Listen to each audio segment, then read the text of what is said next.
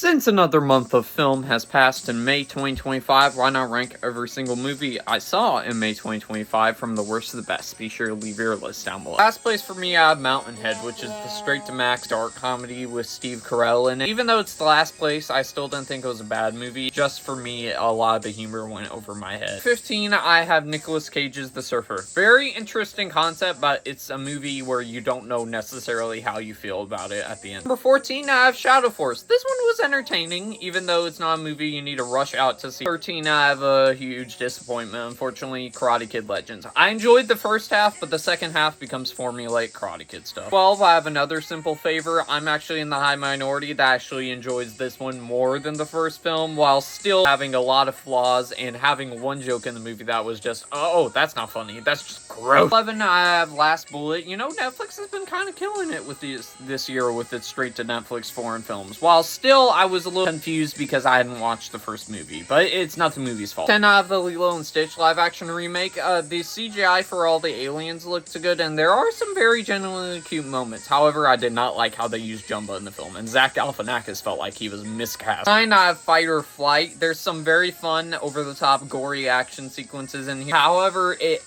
ending is so abrupt that it kind of soured me a little bit, but I still really enjoyed the movie. Hurry Up Tomorrow coming in at number 8. I'm actually one of those weird people that actually liked this movie. I know. The visuals in this film were great. The Weeknd does an okay job playing as himself, and Jenna Ortega did good. I don't understand the overwhelming amount of hate for this one. Even though I do admit the movie does feel like it's just promoting his new album. 7, I have Last Rodeo. Angel Studios does not have the best track record with me, but besides Cabrini and this, these are the two projects I would say I like. 6, I have Fear Street Prom Queen. Far from perfect, but I still really enjoyed the 80s aesthetic and all the kills you got in here. 5, I found Destination Bloodlines.